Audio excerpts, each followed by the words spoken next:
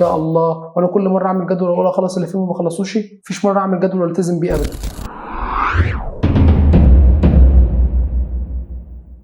السلام عليكم ورحمة الله وبركاته. كتير منكم اشتكى ليا من مشكلة التراكمات، وهي مشكلة الدفعة عموما، ومفاجأة بقى انها مش مشكلة الدفعة بتاعتك بس، هي مشكلة كل الدفعات اللي قبلك واللي بعدك كمان عادي جدا، بس الشاطر اللي يعرف يظبطها قبل ما تظبطه هي. عشان كده انا جاي النهارده اساعدك انك تلم المتراكم بطريقة عملية، وكل خطوة قابلة للتنفيذ، مش كلام بيتقال وخلاص، كلام هتلاقيه بينطبق عليك وعلى زميلك وعلى اي حد في الدفعة، مش كلام دكاترة واوائل وخلاص. وعشان ما نطولش كتير يلا نخش في الموضوع. مبدئيا كده طريقك انك تخلص المتراكم عليك بينقسم لكذا خطوه. اول خطوه وهي انك تصنف التراكمات اللي عليك. الصنف الاول وهو حاجه انت حاسس انك مش فاهمها قوي او مش متظبطه معاك، او لما جيت تحل عليها لقيت نفسك بتحل وحش والوقت عدى وانت عديت الدرس ده وخدت حاجات كتيره بعده. الصنف الثاني وهو دروس ومحاضرات انت ما تعرفش عنها اي حاجه، انت ما سمعتش شرحها ولا حضرت الحصه ولا فتحت الدرس من اساسه. اما بقى لو عايز تراجع وحاسس انك طالما انت مش بتراجع فتعتبر ان دي تراكمات، فانا حابب اقول لك انك غلطان، وانك طالما انك مش بتراجع على كل الدروس فدي لا تعتبر تراكمات عليك، لان المراجعه كده كده بتحصل وانت مش واخد بالك.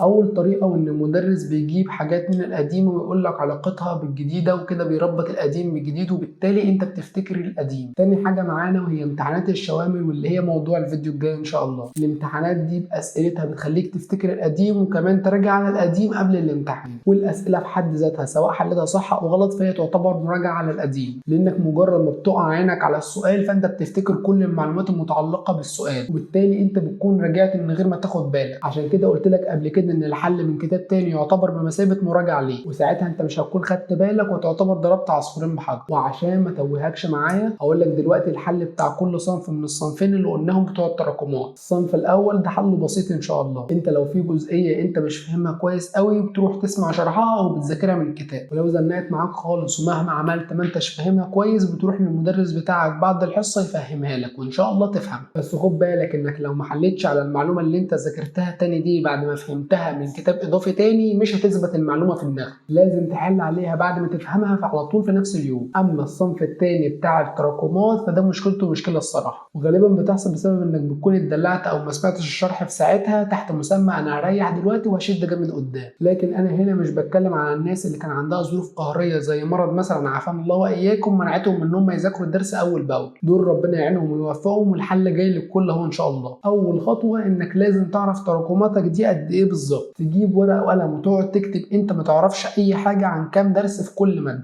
اما لو عندك مواد فيها دروس مش فاهمها قوي اركنها دلوقتي، ده مش وقتها. الاولى انك تبص للي ما اتفتحش خالص، لان اللي انت مش فاهمه قوي ده ان شاء الله هيتظبط في المراجعه النهائيه. بعد ما تكتب انت عندك كام درس متراكم في كل ماده هتبدا تبص لجدولك الاسبوعي الاساسي، اللي هو انا مثلا باخد عربي سبت وثلاث وانجليزي اثنين وخميس زي ما ضربت مثل بجدول في الفيديو اللي فات. لو ما سمعتوش روح اسمعه بسرعه لان الفيديو ده مبني على الفيديو اللي فات وهو مهم جدا. وبعد ما تاخد نظره سريعه على الجدول الاساسي بتاعك هتدور على الايام الفاضيه اكتر من غيرها. يعني مثلا يوم عندك فيه مذاكره 3 مواد مش هتاخده معاك في الاعتبار، لكن يوم تاني بقى مثلا انت بتذاكر فيه ماده واحده لان كان في يوم انت ضاغط نفسك وبتذاكر فيه 3 مواد، فهو ده بقى اليوم اللي يهمنا وهنمسك فيه. اليوم ده هيكون اليوم اللي هتحل فيه كل مشاكل التراكمات بتاعتك ان شاء الله، مش يوم واحد او اسبوع واحد، هي بتبقى على حسب كم التراكمات اللي عند كل واحد فيكم. يعني في واحد ممكن يخلص تراكماته في اسبوع واحد بس عادي جدا وهيكون موزعهم ومستريح لانه ما كانش عنده تراكمات كتير ببساطه، وفي واحد تاني هيخلص تراكماته في شهر ويمكن كمان يكون مزنوق وهو بيخلصهم لانهم كانوا كتير قوي. دلوقتي بعد ما عملت احصاء لعدد الدروس المتراكمه عليك في كل ماده واليوم او الايام اللي فاضيه عندك في الاسبوع هننتقل للخطوه اللي بعدها، انك تبدا توزعهم على الايام. والتوزيعه دي لازم تكون مدروسه ومحسوبه عشان تنجح ان شاء الله. توزيعه الدروس المتراكمه بتتم على اسس مش اي رص وخلاص. اولهم انك ما ينفعش تهمل شرح الجديد وتقول انا هفكس لشرح جديد النهارده عشان الم المتراكم، كده انت راكمت تاني وانت مش واخد بالك يا معلم، وهترجع تلف في نفس الدايره المفرغه دي تاني، وهتكون شهور عذاب الشهور اللي جايه دي بالذات شهر واحد، واحنا مش عايزين كده. احنا عايزين نوزع التراكمات صح بحيث ان احنا ما نضرش الجديد وفي نفس الوقت نلم القديم ونكون كويسين فيه، وده هيتم زي ما اتفقنا عن طريق انك بتنقي الوقت اللي انت بتكون فاضي فيه في الايام اللي انت فاضي فيها وبتلم فيه المتراكم. تاني اساس معانا وهو انك ما ينفعش تحط تراكمات لمواد تقيله مع بعض في نفس اليوم، يعني ما ينفعش يكون عندك درس انجليزي ودرس احياء ودرس فيزياء والفيزياء متراكمين عليك وتحط الاحياء والفيزياء في نفس اليوم والانجليزي في يوم تاني لوحده. حط الانجليزي مع الفيزياء او الاحياء ايا كان فيهم عشان ما تحسش ان الموضوع صعب عليك وتقدر تلتزم بجدولك، عشان لما تخلص ماده تقيله في الاول ما تحسش انك لسه فاضل لك موال ضخم تاني زي اللي انت خلصته، يبقى لسه فيك طاقه انك تخش على الماده التانيه. في الاول وفي الاخر انت انسان ليك طاقه بتستهلك على مدار اليوم ولازم تعرف ازاي تستغلها صح. انا بالنسبه لي الانجليزي كان بفضل الله من اسهل المواد على مدار السنه، وعارف ان في كتير منكم اشتكوا من مشاكل كتير في الانجليزي، عشان كده هيكون الفيديو اللي بعد الجاي الانجليزي اللي بجاوب فيه كل اسئلتكم وبحل كل المشاكل اللي انتوا اشتكيتوا منها او اللي ما فكرتش فيها حد، سواء مشاكل انت قابلتها او لسه هتقابلها. وده مش هيكون للانجليزي بس، بل هيكون لكل المواد ان شاء الله. ثالث اساس معانا في توزيع التراكمات بتاعتك وهو انك تقسمهم على مده طويله وما تخافش لسه الوقت معاك.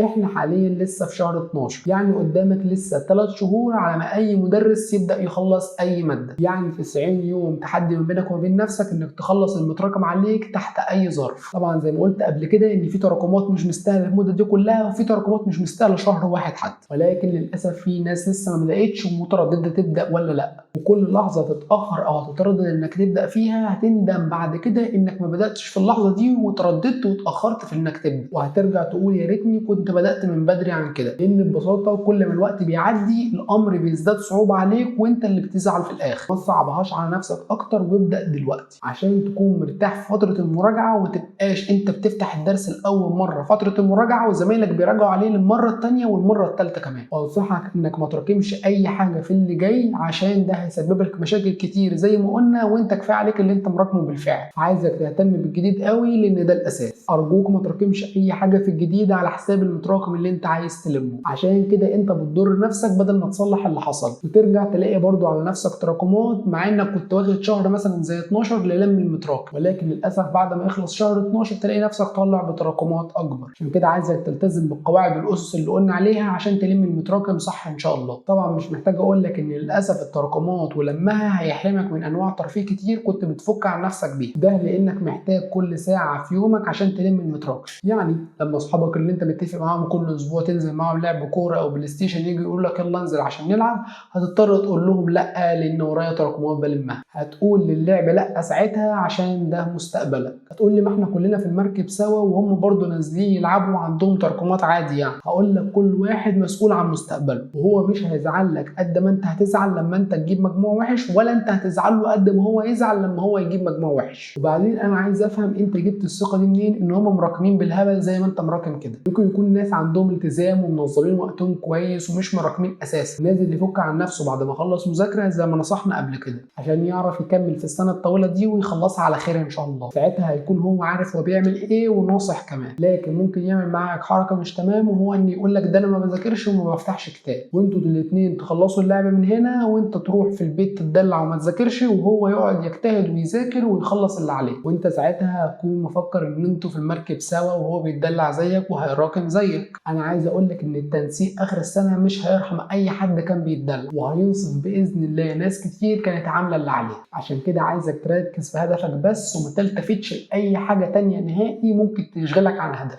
ولا صاحب ولا لعب ولا اي حاجه. انت تركز في هدفك وبس وما تشغلش ولا تفكر في حاجات تانية كتير ممكن تشتتك عن هدفك. كلمة بس بالنسبة للي لسه ما اقتنعش ان هو يبدأ لو هو لسه ما بدأش لحد دلوقتي، انا نفسي افهم انت لحد دلوقتي ما بدأتش ومكمل الفيديو وبتفكر في ايه. انا عايزك بس تبدأ دلوقتي وما تفكرش في اي حاجة تانية غير انك تبدأ، وما تبصش للي حصل في اول السنة. احنا فيها دلوقتي، عدى من السنة 4 شهور ولسه فاضل 7 كمان. لسه قدامك الفرصة انك تعمل كل حاجة، ومش هاجي اقول لك على مئات القصص اللي نجحت وجابت المجموعه اللي هي عايزاه وهي بادئه بعد شهر 12. وطبعا دي مش دعوه انك تتكاسل وتبدا بعد شهر 12 لانك ممكن تعمل وتجيب مجموع بعد شهر 12، لا ابدا دلوقتي في شهر 12 عادي جدا. بس لحظه واحده بس، انت عارف يعني ايه 7 شهور دي؟ يعني اكتر من نص سنه. انت امتحاناتك بتبدا من نص 6 كده، يعني 7 شهور بالظبط هتعمل اقصى ما عندك فيهم عشان توصل لحلمك. وزي ما قلت لك ان كل لحظه انت هتبدا فيها بدري هتوفر عليك مشقه التعب الذهني بتاع ابدا دلوقتي ولا فات الاوان. وانا عارف ان الشيطان مش سايبك في حالك خالص، سواء انت عامل اللي عليك ولا لا. لو انت مش عامل اللي عليك هيجي يقول لك ما كلها محصله بعضها ومحدش بيشتغل بشهادته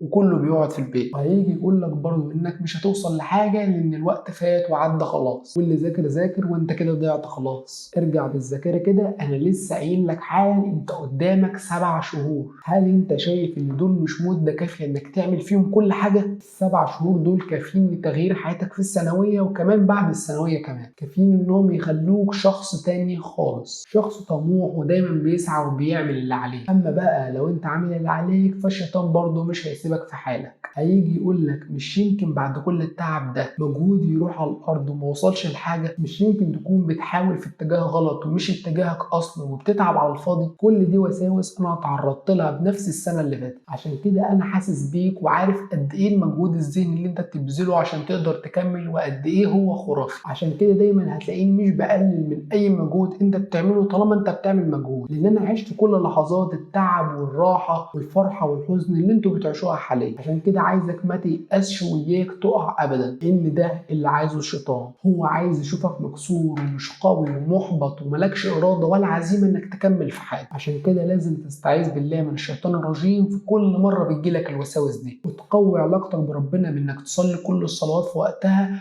وكمان تدعيه كتير ان هو يوفقك لما يحبه ويرضاه. تعرف دايما زي ما قلنا في الفيديو اللي فات ان الوقت كده كده هيعدي، فلازم تستغله كويس وما تسيبش مجال لشيطان كده ضعيف انه يتحكم فيه ويخليك محبط وما توصلش لهدفك. عايزك بطل من فولاذ ما بيتكسرش تحت اي ظرف، ولو وقع غصب عنه بيرجع ويحاول ويعافر ويقوم لحد ما يوصل لهدفه باذن الله. بالتوفيق يا شباب، سلام.